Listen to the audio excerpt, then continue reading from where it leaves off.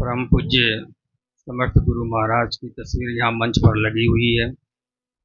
उनकी यहाँ सूक्ष्म उपस्थिति है। साथ ही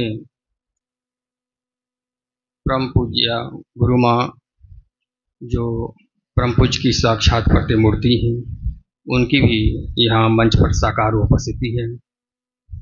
इनके पावन श्री चरण कमलों में हमारा सहृदय बारंबार नमन है। इस सत्संग के एकल आचार्य और इस सत्संग की पत्रिका दीप चेतना संदेश के प्रधान संपादक पूज्य निजू भैया के पावन चरणों में भी हमारा श्रद्धापूर्वक नमन है। मंच पर विराजमान सभी शिक्षक वृंद के चरणों में भी हमारा सादर नमन है। इस सभा में और सभा के बाहर उपस्थित सभी गुरु भक्तों और आत्मजीवासियों के चरणों का भी मैं वंदन करता हूँ। साथ ही इस सत्संग कार्यक्रम के सुबह की दूसरी सीटिंग में आपका सबका अभिनंदन है, सुस्वागतम है। ईश्वरीय कृपा हम सबों पर हुई है, तभी हम सब परम पूज्य और परम पूज्य गुरु माँ के सानिध्य होने वाले इस सत्संग सभा में उपस्थित हो सके हैं। ऐसे सत्संग सभा में आते रहने से ही हम गुरु आज्ञा पालन के महत्व को और उसको प्रमुखता देने की बात को समझ पाते हैं। आज तक जो भी इस मार्ग पर चलकर अपने लक्ष्य को प्राप्त कर पाए हैं, यदि देखा जाए तो इस सब के पीछे गुरु आज्ञा पालन के प्रति उनकी गहरी और असीम निष्ठा का ही योगदान रहा है। एक संत के द्वारा सुनाए गए प्रसंग से यह और भी स्पष्ट हो जाता है कि एक आचार्य अपने बनाए आश्रम में रहा करते थे। वे लोगों को अध्यात्म विद्या और उसके व्यवहारिक पक्ष की शिक्षा दिया करते थे। उस समय आज के समय के हिसाब से किसी को भी शिष्य बनाने की परंपरा नहीं थी। बहुत कठिन परीक्षाएं ली जाती थी। उनके विचार और व्यवहार को परखा जाता था, तब जाकर उसमें उत्तीर्ण जब होने पर उन्हें शिष्यत्व प्रदान किया जाता था। तो हुआ ऐसा कि एक दिन 3 नवयुवक उन आचार्य के पास आए और उनसे शिष्यत्व पर अपना शिष्य बनाने के लिए प्रार्थना करने लगे। आचार्य ने उन्हें अपने आश्रम में रहकर वहाँ के कार्यों में अपनी सेवा देने की अनुमति प्रदान कर दी और कहा कि कुछ दिनों तक हम तुम्हारे व्यवहार, तुम्हारे विचार और व्यवहार परख करूँगा, उसे जांचूंगा और तब निर्णय करूँगा कि तुम हमारे शिष्य बनने लायक हो या नहीं। इस तरह से उनसे आज्ञा पाकर वे तीनों नवयुवक उस आश्रम में रहने लगे। वहाँ के कार्यक्रम में हाथ बटाने लगे, अपनी सेवा देने लगे। सुबह सुबह वे जग जाते और स्नान आदि करके आश्रम की सफाई करते, फिर ध्यान करते, अपने आचार्य की शिक्षा ग्रहण करते। भोजन के समय वो अपना सहयोग देते और इस तरह से और भी जो कार्य होते उसमें अपना हाथ बटाते।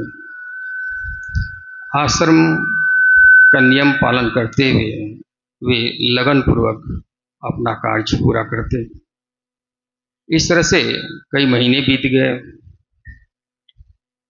तो एक दिन उन्होंने मिलकर यह सोचा कि दिन पे दिन बीतते जा रहे हैं, महीने बीतते जा रहे हैं, पर अभी तक आचार्य ने हमें नहीं बताया कि हम उनके शिष्य बनने लायक हैं या नहीं। क्यों ना आचार्य के पास ही जाकर पूछा जाए। यह सोचकर एक दिन वे आचार्य के पास गए। आचार्य ने उन लोग से कहा कि मैं निकट भविष्य में इस संबंध में निर्णय लूँगा, और हुआ भी यही कि कुछ दिनों के बाद वो दिन आया। उन्होंने तीनों नवयुवक के अपने पास बुलाया और उनसे कहा कि एक जरूरी अनुष्ठान पूरा करना है और मैं चाहता हूं कि तुम लोग ही इसे पूरा करो। फिर उन्होंने कहा कि यहाँ से कुछ दूरी पर एक नहर है जिसके पानी से इस क्षेत्र के खेतों की सिंचाई होती है। अभी नहर तो वैसे 15 फीट गहरा है, पर पानी अभी ठेवना भर ही है। आप लोगों को करना ये है कि इस नहर में उतरकर कुछ दूरी बनाकर खड़े हो जाना है और हमारे दिव्य मंत्र का जाप करना है। मंत्र का जाप एकाग्रचित होकर ध्यानपूर्वक करना है। उस दरमियान शरीर स्थिर होना चाहिए और ध्यान इधर उधर नहीं जाना चाहिए। और जब अनुष्ठान, फिर उन्होंने ध्यान की विधि उन्हें बताई और ये भी कहा कि जब अनुष्ठान पूरा हो जाए तो फिर आश्रम पर आकर इसकी सूचना हमें देना। तीनों नवयुवक उनसे आज्ञा लेकर नहर की ओर चल पड़े और वहां जाकर नहर में उतरे और अलग अलग कुछ दूरी बनाकर खड़े हो गए और गुरु द्वारा बताए हुए मंत्र का जाप करने लगे। उन्हें ये जाप 1 घंटे तक करना था, लेकिन आधा घंटा ही बीता था कि जल का स्तर बढ़ने लगा। बढ़ते बढ़ते जब वो छाती तक पहुंच गया तो पहला युवक थोड़ा सा घबराने लगा। अब उसका ध्यान जाप से हटकर उस जल स्तर पर आ गया। तो सोचने लगा कि आचार्य भी अजीब व्यक्ति हैं। वे कहते थे कि जल का स्तर ठेवने भर ही रहेगा, जबकि ये स्तर तो और बढ़ते ही जा रहा है। मुझे तो तैरना भी नहीं आता, ऐसे में मेरा क्या होगा। आचार्य तो आश्रम में जाकर आराम फरमा रहे हैं, उन्हें हमारी कोई चिंता नहीं, हमारी सुरक्षा का भी उन्होंने कोई उपाय नहीं किया है। ऐसे में अब मेरे लिए अनुष्ठान पूरा करना संभव नहीं रह गया है। और ये कहते हुए वह नहर से बाहर निकल आया बिना अनुष्ठान पूरा किए हुए। दूसरा युवक अभी जाप में लगा रहा। उसे भी अनुभव हो रहा था कि जल का स्तर बढ़ते जा रहा है, लेकिन उसने सोचा कि बढ़ते जल स्तर के बीच ही हम अपना जाप पूरा कर लेंगे। अभी जल स्तर बढ़ता है तो बढ़ने दें। लेकिन जब जल स्तर बढ़ते बढ़ते उसके मुख और नाक के पास आ गया, तब उसे भय चिंता सताने लगा और उसे लगने लगा कि ऐसे में तो मेरा जीवन ही चला जाएगा।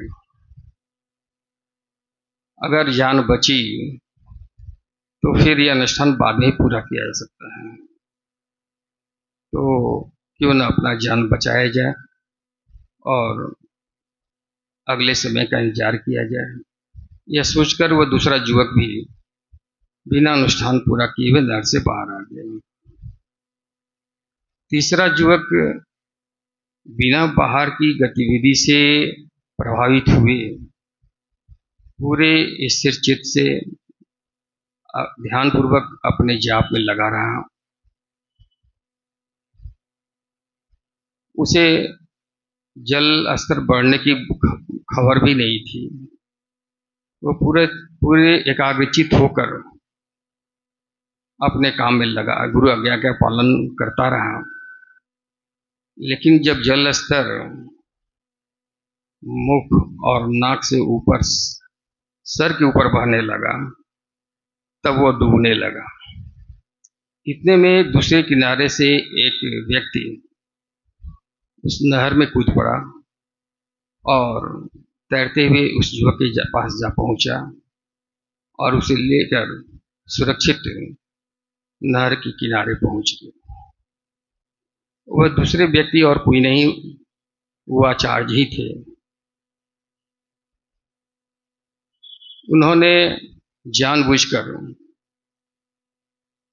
नहर के गेट को ऊंचा उठाया था, ऊपर उठा दिया था, जिससे नहर का जल स्तर बढ़ने लगा था। उन्होंने उन नौजुवकों को बुलाया अपने पास और कहा, यह सब मेरे ही कारस्तानी है। विपरीत परिस्थितियों में ही व्यक्ति के आस्था, लगन और साहस की परीक्षा होती है। इसलिए मैं ही जानबूझकर ऐसा करके तुम लोग के विचार और व्यवहार को परख कर रहा था और यह निर्णय करने वाला था कि तुम लोग शिष्य बनने योग्य हो या नहीं। फिर वे पहले युवक की तरफ मुखातिब हुए और बोले कि तुम जरा सा भी बाधा आते ही अपने लक्ष्य से भटक जाते हो। तुम्हें गुरु आज्ञा से ज्यादा अपने जीवन प्यारा है और मुश्किल थोड़ा सा आया नहीं कि तुम अपने लक्ष्य से विचलित हो जाते हो और अपनी कमजोरी और असफलता का श्रेय अपने गुरु को देने लगते हो। ऐसे में तुम्हें मैं अपना शिष्य नहीं बना सकता, तुम शिष्य बनने के लायक नहीं हो। फिर वो दूसरे जीव की तरफ मुखाते हुए और कहा कि तुम गुरु आज्ञा का पालन करने में सफल रहे, तुम्हें गुरु आज्ञा से ज्यादा अपना जीवन प्यारा रहा, जबकि गुरु आज्ञा के प्रति लगन होनी चाहिए, उनके शक्ति पर भरोसा होना चाहिए और ये सब इन सब चीज़ों का तुम्हारे अंदर अभाव है। इसलिए मैं तुम्हें भी अपना शिष्य स्वीकार नहीं कर सकता। पहले जाओ और गुरु में आस्था, विश्वास और साहस का उनके शक्ति पर भरोसा करना सीखो। फिर वे तीसरे युवक की तरफ मुड़े और उन्होंने कहा कि मात्र यही एक युवक है जो हमारी आज्ञा का अक्षरशः पालन किया है। इसने बाहरी किसी भी चीज से प्रभावित न होकर केवल और केवल मेरी आज्ञा का पालन करने में ही अपना ध्यान लगा रहा। जाप लगातार इसका चलता रहा। इसे विश्वास था कि जो कुछ हो रहा है हमारे गुरु महाराज के का इच्छा से ही हो रहा है, वही इसके कर्ता धर्ता हैं, वो हमारे सदा निकट हैं और हमारी सुरक्षा भी कर रहे हैं। इसी विश्वास के साथ इसने अपने अनुष्ठान को पूरा भी किया है और इसलिए यही शिष्य हमारा बनने की योग्य है। और यह कहकर उन्होंने उस शिष्य को गले लगाया और उसे लेकर आश्रम चले आए। निष्कर्ष यह है कि गुरु आज्ञा का पालन हर हालत में अनिवार्य है।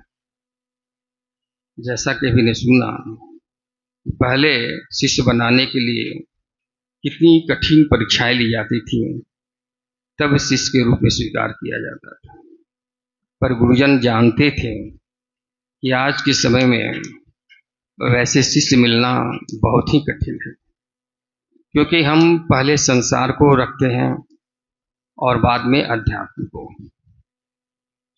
हमारे पूर्वजों ने इस मार्ग पर चढ़ते हुए जितना कठिनाइयों को झेला, कठोर तप किया, उसके बारे में सोचकर ही हमारी रूहें कांप जाती हैं।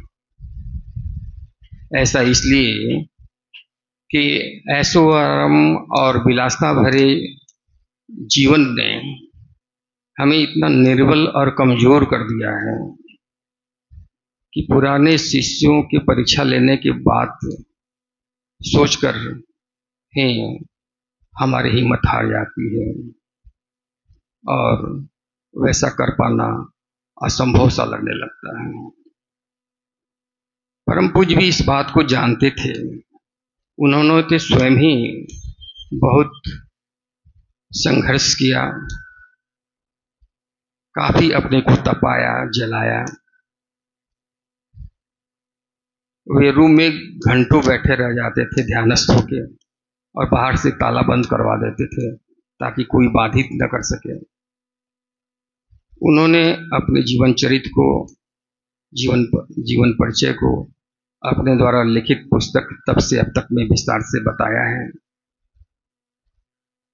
और उसे देखकर लगता है कि परम पूज्य ने इसके लिए, इस आत्मज्ञान को प्राप्त करने के लिए कितनी कठिनाइयों का सामना किया। पर वे ये नहीं चाहते थे कि हमारे शिष्यगण को इस कठिनाइयों का सामना करना पड़े। इसलिए वे काफी अन्वेषण और अनुसंधान करने के पश्चात, काफी जांच परख के बाद हम लोगों के लिए एक सरल और सुगम मार्ग खोज निकाला, जिसको हम अपने घर द्वार में रहते हुए बिना परिवार और कारोबार का त्याग करते हुए इसे आसानी से पूरा कर सकते हैं। क्या निर्बल हो या सबल, स्त्री हो या पुरुष, वृद्ध हो या युवा, सभी इस साधना को आसानी से अपने जीवन में उतार सकते हैं। और करना भी क्या है, तो 24 घंटा में मात्र आधा घंटा सुबह और आधा घंटा सुबह उनकी बताई हुई ध्यान साधना को नित्य बिना नागा किए हुए करना है, और बारंबार इसी तरह सत्संग सभा में आते जाते रहना है। खाली समय में स्वाध्याय और उसका मनन करना है, और शेष गुरु चिंतन में बिताना है। यदि ये सब हम करते रहे तो एक दिन उनके दिए हुए लक्ष्य को अवश्य प्राप्त कर जाएंगे। परम पूज्य ने यह सत्संग रूपी बाग बड़ा संघर्ष करके, खून पसीना एक करके लगाया है, जिसके मालिक वे खुद ही हैं, और इसकी देखभाल करने के लिए अपने बाद इसकी सेवा होती रही है। इसके लिए उन्होंने कुछ जिम्मेदार व्यक्तियों के मालिक के रूप में चुना और उन्हें इसकी सेवा करने का मौका दिया। पर हम बजाय मालिक सा व्यवहार करने लगे। खुद तो परम पूज्य का संदेश देते रहते हैं कि माया से हमें बचना चाहिए, पर खुद माया से बचने का प्रयास नहीं करते हैं,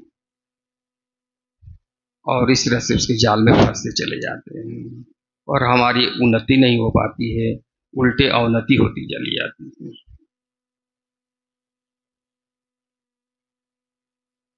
इसलिए परम पूज्य की तरह हमें खुद के प्रति, उनके मिशन और सत्संग के प्रति, गुरु परिवार के प्रति और सभी गुरु भक्तों के प्रति ईमानदारी से, पूरी ईमानदारी बरतना चाहिए। परम पूज्य अपनी सेवा में यदि कोई त्रुटि हो जाती तो उसे बिल्कुल नज़रअंदाज कर देते थे, पर अपने गुरु भक्तों के सेवा में या उसके साथ व्यवहार में कोई कमी देखते तो काफ़ी रुष्ट हो जाते, नाराज हो जाते थे। और उनकी नाराज़गी का आलम यह होता था कि जिम्मेदार लोगों के अंतर और बाहर में खलबली मच जाती थी। उनके अंतर में बेचैनी और अशांति फैल जाती थी, संकट और कष्ट बढ़ते जाते थे। जितना ही प्रयास किया जाता वो और बढ़ते चला जाता, क्योंकि यह सब तो गुरु के द्वारा ही भेजा हुआ था। तो बिना उनकी कृपा के हम इससे पार कैसे पा सकते थे। जब असह्य हो जाता तो बार बार त्राहिमाम करते हुए उनकी शरणागत होते, उनसे प्रार्थना करने लगते, फिर भी कोई सुनवाई नहीं होती। तब परम पूज्य गुरु माँ के शरण में जाते, उनके सामने गिड़गिड़ाते रोते, और जब वो प्रार्थना करती हम लोगों के लिए, तब जाके हमें माफ़ी मिलती और वो कष्ट, वो दुख, परेशानी रहते हुए भी इतना हल्का हो जाता कि सामान्य ढंग से हमारा जीवन चलने लगता। इस तरह से परम पूज्य ने अपने जीवन में कई आदर्श बनाए और उसे अपने जीवन में उतारा भी। उन्होंने प्रेम का ही सदा पाठ पढ़ाया और अपने व्यवहार में उसे उतारा और अपने प्रेम के आकर्षण में इस तरह से बांधा कि उनकी याद हमारे दिल से कहीं और जा ही नहीं पाती। उनसे हमने दूसरों के साथ अच्छा व्यवहार करना, दूसरों से प्रेम करने, उनसे मीठा बोलने के बारे में ही सीखा। दूसरों के अवगुण देखने से, उनसे नफरत और घृणा करने से, राग द्वेष और दंभ पालने से हमारे गुरु कभी प्रसन्न नहीं होंगे, हम सब जानते हैं। इसलिए इनसे हमें बचना चाहिए और परम पूज्य के सच्चे और अच्छे गुणों का अनुकरण करना चाहिए, क्योंकि वे ही हमारे लिए सबसे अमूल्य धरोहर हैं। सच तो यह है कि ऐसे महापुरुष मिलना बड़ा ही कठिन है। इस माने में हम सब भाग्यशाली हैं, ऐसे समर्थ गुरु का सानिध्य मिला, उनका सत्संग मिला। वे कभी दूसरों के अवगुण की तरफ देखते नहीं थे, उसे ख्याल में नहीं लाते थे, उसे नज़रअंदाज कर देते थे, उसकी तरफ निगाह भी नहीं रखते थे। खुद उन्होंने अपने जीवन में बहुत अपमान सहा, दूसरों के द्वारा आरोप प्रत्यारोपों को झेला, पर उस सबसे उदासीन रहकर अपने लक्ष्य से बिना विचलित हुए सदा आगे बढ़ते रहे। तो हम लोगों को भी दूसरों के अवगुण देखना और उसकी चर्चा करना, इससे बचना चाहिए। और यदि हो सके तो परम पूज्य से प्रार्थना करनी चाहिए, प्रभु इन पर अपनी दया दृष्टि डालना ताकि इनका भी कल्याण हो सके और ये इनका असद व्यवहार, असद विचार और व्यवहार भी बदल जाए, आपकी कृपा के पात्र हो जाए। क्योंकि कोई भी पिता अपने पुत्रों के बीच प्रेम को देखकर प्रसन्न होता है, न कि एक दूसरे की शिकायत सुनकर। ये सब वो चीजें हैं जो हमारे जीवन को पवित्र बनाती हैं और तब हमारा जीवन खुशहाल और प्रसन्नता से भर जाता है। कहते हैं कि एक महात्मा थे और उनके पास से दूर दूर से लोग मिलने आया करते थे। जाहिर है कि उनके शिष्य भी बहुत थे। उनमें से कुछ अच्छे शिष्य भी थे। किसी ने आकर उन महात्मा से कहा कि और बहुत से अच्छे शिष्य आपके हैं, पर एक शिष्य है जिसमें केवल अवगुण भरा हुआ है। आप उसे समझाते क्यों नहीं, उसे टोकते और बताते क्यों नहीं? उन महात्मा ने जवाब दिया कि अरे भाई, हमारे गुरु ने सब में गुण देखने का ही आज्ञा दी है, इसलिए मैं सबके गुण पर ही दृष्टि रखता हूँ। उससे अलग मेरी नजर कहीं जाती ही नहीं है और उससे मैं कोई मतलब भी नहीं रखता हूँ।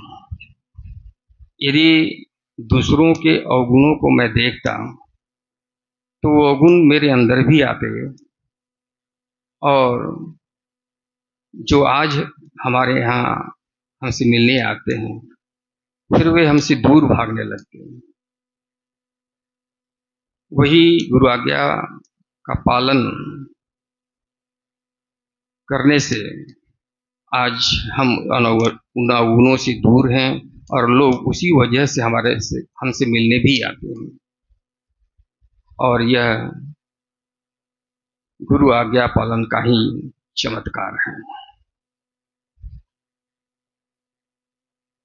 तो इस तरह से,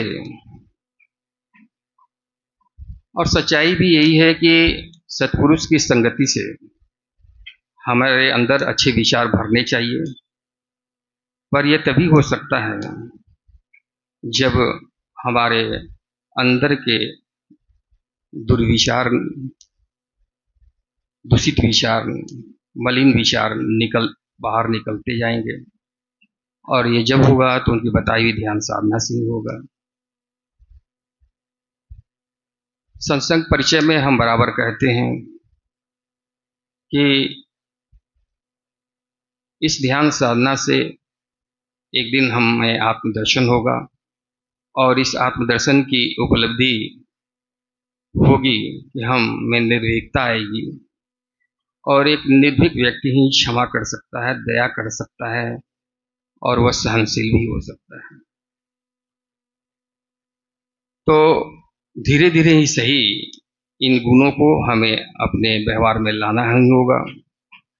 कभी इसमें हमारी हार होगी, कभी जीत होगी। इसका ख्याल न करते हुए हमें गुरु आज्ञा का भरसक पालन करते हुए आगे बढ़ते रहना होगा। उनकी कृपा हर समय हम पर बरस रही है। केवल कमी है तो हम लोगों की है कि हम एक अहम का पर्दा लेके खड़े हो गए हैं और सामने से उनका दीदार नहीं हो पाता है, जबकि वे अपनी कृपा और प्रेम की बारिश हर वक्त कर रहे हैं। तो हमारी कोशिश ये होनी चाहिए कि उनकी ध्यान साधना करते हुए हम अपने दूषित विचारों को और फिर अच्छे विचारों के पर्दे को भी धीरे धीरे हटाएं। फिर बाद में अहम का पर्दा तो केवल वही हटा सकते हैं, वह हमारे बस की बात नहीं। तो जब वो इस तरह का प्रयास, सच्चा प्रयास देखते हैं तो प्रसन्न होते हैं और अपनी कृपा और प्रेम की बारिश करते हैं, जिससे हम अपने जीवन में शाश्वत आनंद को प्राप्त कर जाते हैं और ईश्वर द्वारा दिए गए इस दुर्लभ मानव जीवन को धन धन कर पाते हैं। और यह सब गुरु आज्ञा का सत्कार करने का ही फल होता है। तो आइए परम पूज्य और परम पूज्य गुरु माँ से प्रार्थना करें कि हे माँ, हे प्रभु, आप हम पर कृपा करें ताकि आपकी आज्ञा में रहते हुए हम इस मार्ग पर आगे बढ़ते जाएं, दूसरों के अवगुण न देकर सदा उन्हें क्षमा दान देने की प्रवृत्ति हमारे अंदर बनी रहे। तभी तो आप लोगों से क्षमा दान के हम लोग भी अब अधिकारी बने रह सकेंगे। ऐसी कोई अवज्ञा न हो जाए, ऐसी कोई गलती न हो जाए कि आपकी साया हमसे उठ जाए, आपका दामन छूट जाए। ऐसी कृपा करना, दया करना, रहम करना कि हम सब आपकी कृपा के पात्र बने रहें और एक दिन आपको प्राप्त कर जाएं, आपका और केवल आपका ही होकर रह जाएं। इसी के साथ अपनी वाणी को विराम देता हूँ। ओम शांति।